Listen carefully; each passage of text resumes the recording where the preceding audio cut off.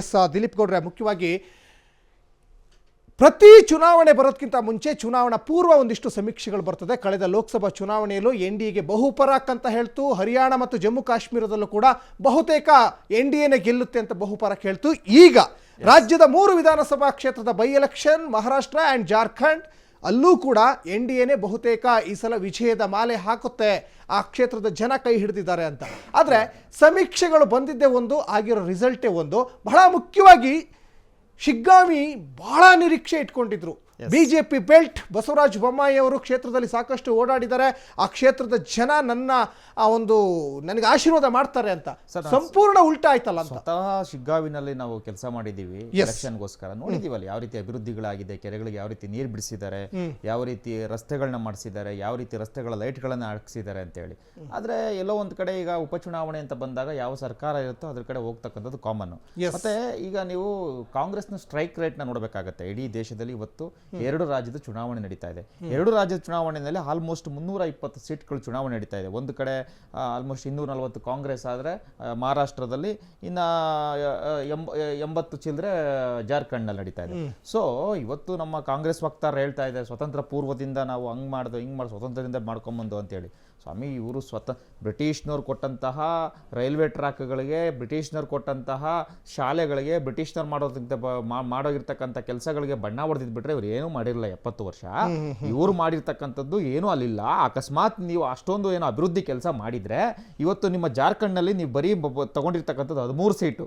ಜಾರ್ಖಂಡ್ನಲ್ಲಿ ಕಾಂಗ್ರೆಸ್ಗೆ ಬಂದಿರೋದು 13 ಸೀಟು, ಮತ್ತೆ ಮಹಾರಾಷ್ಟ್ರದಲ್ಲಿ ನಿಮಗೆ ಬಂದಿರತಕ್ಕಂಥದ್ದು 20 ಸೀಟು. ಅಂದ್ರೆ ನೀವು ಲೆಕ್ಕ ಹಾಕೊಳ್ಳಿ, ನಿಮ್ಮ ಸ್ಟ್ರೈಕ್ ರೇಟ್ 320 ಸೀಟ್ಗೆ ಟೋಟಲ್ ನೀವು ತೆಗೆದುಕೊಂಡಿರ್ತದ್ದು ಕೇವಲ 32 ಸೀಟು. ನಿಮ್ಮ ಸ್ಟ್ರೈಕ್ ರೇಟ್ ಓನ್ಲಿ 10%. ನೀವು ಯಾವುದೋ ಒಂದು ಕರ್ನಾಟಕದ ಒಂದು ಉದಾಹರಣೆಗೆ ತಗೊಂಡ್ಬಿಡಿ, ದೇಶದಲ್ಲಿ ನಿಮ್ಮನ್ನು ಎಲ್ಲಿಟ್ಟಿದ್ದಾರೆ ಅಂತ ನೀವು ಯೋಚನೆ ಮಾಡಬೇಕಾಗುತ್ತೆ. ನೀವು ಮಾಡಿರ್ತಕ್ಕಂಥ ಭ್ರಷ್ಟಾಚಾರ, ಈ ದೇಶದಲ್ಲಿ ಮಾಡ್ತಾ ಇರ್ತಕ್ಕಂಥ ಧರ್ಮಗಳ ನಡುವೆ ತಂದಿಕ್ತಾ ಇರ್ತಕ್ಕಂಥದ್ದು, ಅಲ್ಪಸಂಖ್ಯಾತರುಗಳನ್ನ ಎತ್ಕೊಡ್ತಾ ಇರ್ತಕ್ಕಂಥದ್ದು, ಬಿಜೆಪಿ ಗುಮ್ಮ ತೋರಿಸೋದು, ಬಿಜೆಪಿ ಸರಿ ಇಲ್ಲ, ನಿಮ್ಮನ್ನು ಹಂಗ್ ಮಾಡ್ಬಿಡ್ತದೆ ಹಿಂಗ್ ಮಾಡ್ಬಿಡ್ತದೆ ಅಂತ ಗುಮ್ಮ ತೋರಿಸೋದು, ಅಲ್ಪಸಂಖ್ಯಾತರ ಮತಕ್ಕೋಸ್ಕರ, ಓಲೈಕೆಗೋಸ್ಕರ ಈ ದೇಶದಲ್ಲಿ ಏನೇನು ಮಾಡ್ತಾ ಇದ್ದಾರೆ ಇವರು ಅಂತಕ್ಕಂಥದ್ದನ್ನ ಜನ ಬಹಳ ಸೂಕ್ಷ್ಮವಾಗಿ ಗಮನಿಸ್ತಾ ಇದ್ದಾರೆ.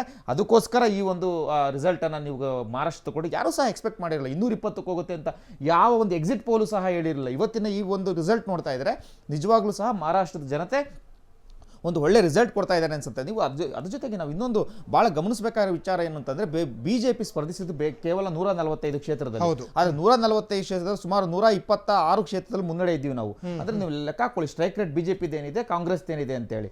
ಇವರ ಏನು ಒಂದು MP ಎಲೆಕ್ಷನ್ ಆದ್ಮೇಲೆ ನಡೀತಾ ಹಾಗಾದ್ರೆ ಮಹಾರಾಷ್ಟ್ರದಲ್ಲಿ ಬಿಜೆಪಿನೇ ಪಟ್ಟು ಹಿಡಿಬಹುದು, ನಮಗೆ ಸಿಎಂ ಸ್ಥಾನ ಕೊಡಿ ಅಂತ. ಅಲ್ಲ, ಅದು ನಾವು ನೋಡಿ, ಅದು ಯಾವುದೇ ಕಾರಣಕ್ಕೂ ನಾವು ಮುಖ್ಯಮಂತ್ರಿ ಸ್ಥಾನವನ್ನು, ಯಾಕಂದ್ರೆ ಎನ್ಸಿಪಿ ಸ್ಥಾನಕ್ಕಿಂತಲೂ ಶಿಂದೆ ಬಣದ ಸ್ಥಾನ ತುಂಬಾ ಕಮ್ಮಿ ಇದೆ ಅಲ್ಲಿ. ಅಲ್ಲ ನೋಡಿ, ನಾವು ನಮ್ಮ ಸಂಖ್ಯೆ ಜಾಸ್ತಿ ಇದ್ರೂ ಸಹ ಕಳೆದ ಬಾರಿ ಏಕನಾಥ್ ಶಿಂದೆ ಅವರಿಗೆ ನಾವು ಮುಖ್ಯಮಂತ್ರಿ ಸ್ಥಾನವನ್ನು ಬಿಟ್ಕೊಂಡು ಕೊಟ್ಟಿದ್ದೀವಿ. ಅವತ್ತಿನ ಏನು ದೇವೇಂದ್ರ ಫಡ್ನವೀಸ್ ಇದ್ರು, ದೇವೇಂದ್ರ ಫಡ್ನವೀಸ್ ಅವರು ಬೇಡ ನಾನು ಉಪಮುಖ್ಯಮಂತ್ರಿನೇ ಹಾಕ್ತೀನಿ ಅಂತ ಹೇಳಿದ್ದಾರೆ. ಅದ್ರ ಜೊತೆಗೆ ಬಾಳಾ ಸಾಹೇಬ್ ಠಾಕ್ರೆ ಅವರು ಹೇಳಿದ್ರು, ಅಕಸ್ಮಾತ್ ನಾನು ಕಾಂಗ್ರೆಸ್ ಜೊತೆ ಹೋಗಿ ಸೇರ್ಕೊಬೇಕು ಅಂತ ಪರಿಸ್ಥಿತಿ ಬಂದಾಗ ನಾನು ಪ್ರಾಣ ಬಿಡ್ತೀನಿ ಹೊರತು ಕಾಂಗ್ರೆಸ್ ಜೊತೆ ಸೇರ್ಕೊಳ್ಳ ಅಂತ ಹೇಳಿದ್ರು. ಆದ್ರೆ ಆ ಸಿದ್ಧಾಂತವನ್ನ ತೂರಿ ಅವರ ಮಗ ಹೋಗಿ ಕಾಂಗ್ರೆಸ್ ಜೊತೆ ಸೇರ್ಕೊಂತಾರೆ.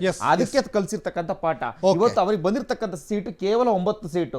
ಇದರಿಂದ ಪಾಠ ಕಲಿಯೋದು ಬಹಳ ಇದೆ. ಸಿದ್ಧಾಂತವನ್ನ ತೋರಿ ಮುಂದೆ ಹೋದಾಗ ಯಾವುದೇ ಕಾರಣಕ್ಕೂ ಜನ ಒಪ್ಪಲ್ಲ ಅನ್ನೋದನ್ನ ಮಹಾರಾಷ್ಟ್ರದಲ್ಲಿ ಜನ ತೋರಿಸಿದ್ದಾರೆ. ಜಾರ್ಖಂಡ್ ನಲ್ಲಿ ಏನು ಕಾಂಗ್ರೆಸ್ನವ್ರು ಖುಷಿ ಪಡಂಗಿಲ್ಲ. ಜಾರ್ಖಂಡ್ ನಲ್ಲಿ ಕಾಂಗ್ರೆಸ್ನವ್ರು ತೆಗೆದುಕೊಂಡಿರ್ತಕ್ಕಂಥ ಕೇವಲ 13 ಸೀಟು. ಅದರಿಂದ ಇವರೇನು ಖುಷಿ ಪಡೋ ಅವಶ್ಯಕತೆ ಇಲ್ಲ. ನಾವು ಮಹಾರಾಷ್ಟ್ರದಲ್ಲಿ ಆಲ್ಮೋಸ್ಟ್ 126 ಸೀಟ್ ಬರ್ತಾ ಇದೆ. ನಾವು ಗೆದ್ದು ನಿಂತ್ಕೊಂಡಿರೋದೇ 140. 3 ಪಕ್ಷ ಮೈತ್ರಿ ಆಗಿದೆ, ಕಾಂಗ್ರೆಸ್, ಜೆಎಂಎಂ ಮತ್ತೆ ಆರ್ಜೆಡಿ. 3 ಪಕ್ಷ ಸೇರ್ಕೊಂಡು ಅವ್ರು ತೆಗೆದುಕೊಟ್ಟಾಗ ಆಲ್ಮೋಸ್ಟ್ 60ಕ್ಕೆ ಬಂದಿದೆ, 56ಕ್ಕೆ ಬಂದಿದ್ದಾರೆ. ಇನ್ನೂ ಕಮ್ಮಿ ಆಗುತ್ತೆ. ಜನ ಈ ದೇಶದಲ್ಲಿ ಸ್ಪಷ್ಟವಾಗಿ ಬಿಜೆಪಿಯ ಮತ್ತೆ ಬಿಜೆಪಿ ಮಿತ್ರಕೂಟದ ಪರವಾಗಿದ್ದಾರೆ ಅಂತ ಹೇಳಿ ಅವರು ಸ್ಪಷ್ಟವಾಗಿ ಸಂದೇಶವನ್ನು ರವಾನೆ ಮಾಡ್ತಾ ಇದ್ದಾರೆ. ಕರ್ನಾಟಕದ್ದು ಕಾಮನ್. ಕರ್ನಾಟಕದಲ್ಲಿ ಏನಾಗಿದೆ ಅಂತ ನೀವೆಲ್ಲ ಗಮನಿಸಿದಿರಿ. ಕರ್ನಾಟಕದಲ್ಲಿ ಒಂದು DK ಅವರು ಅದನ್ನ ಸ್ವಪ್ರತಿಷ್ಠೆಗೆ ತೆಗೆದುಕೊಂಡ್ರು, ಜಮೀರ್ ಅಹಮದ್ ಸ್ವಪ್ರತಿಷ್ಠೆಗೆ ತೆಗೆದುಕೊಂಡ್ರು, ಬಳ್ಳಾರಿದು ಬಂದು ಸಿದ್ದರಾಮಯ್ಯ ಅವರು ಸ್ವಪ್ರತಿಷ್ಠೆಗೆ ತೆಗೆದುಕೊಂಡ್ರು. ಎಲ್ಲೆಲ್ಲ ಏನೇನು ಲೂಟಿ ಮಾಡಿದ್ರು, ಯಾವ ಹಣವನ್ನು ತೆಗೆದುಕೊಂಡ್ರು, ಎಲ್ಲೆಲ್ಲ ಹಾಕಿದ್ದಾರೆ. ಈ ಲೂಟಿ ಮಾಡಿರ್ತಕ್ಕಂಥ ಇಷ್ಟು ಹಣವನ್ನ ವಾಲ್ಮೀಕಿದಾಗಿರ್ಬೋದು, ಮೂಡಾದಾಗಿರ್ಬೋದು, CS8 ಆಗಿರ್ಬೋದು, ಪಾಪ ಲೂಟಿ ಮಾಡಿದ ಹಣವನ್ನು ಎಲ್ಲೋ ಒಂದ್ ಕಡೆ ಹಾಕ್ಬೇಕಲ್ಲ ಇವರು, ಹಾಕಿದರೆ ಅದು ಗೆಲ್ತಾ ಇದ್ದಾರೆ. ಸೊ ಆದ್ರಿಂದ ಎಲ್ಲ ಒಂದ್ ಕಡೆ ಆ ಗೆಲುವು ಬರ್ತಾ ಇರ್ಬೋದು.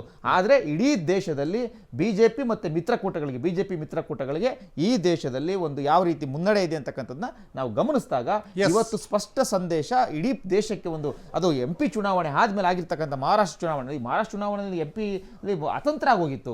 ಬಿಜೆಪಿ ನಾವು ಸುಮಾರು 40 ಸೀಟ್ ಗೆಲ್ತೀವಿ ಅಂತ ಅಂದವರು ಬಹಳ ಕಮ್ಮಿ ಸೀಟಿಗೆ ಬಂದ್ಬಿಟ್ಟಿದ್ದು. ಆದ್ರೆ ಅದು ಉಲ್ಟಾ ಆಗೋಗಿದೆ. ಜನಗಳು ಯಾವ ರೀತಿ ಎಷ್ಟು ಬೇಗ ಬದಲಾವಣೆ ಆಗ್ತಾರೆ, ನಾವೆಲ್ಲ ಒಂದ್ ಕಡೆ ತಪ್ಪು ಮಾಡಿಬಿಟ್ಟು ನಾವು ಇವ್ರು ಕಾಂಗ್ರೆಸ್ ಮತ್ತೆ ಮಿತ್ರಕೂಟಕ್ಕೆ ವೋಟ್ ಮಾಡಿ ತಪ್ಪು ಮಾಡಿಬಿಟ್ಟು ಅಂತೇಳಿ ಜನಗಳಿಗೆ ಇವತ್ತು ಅರಿವಾಗಿದೆ.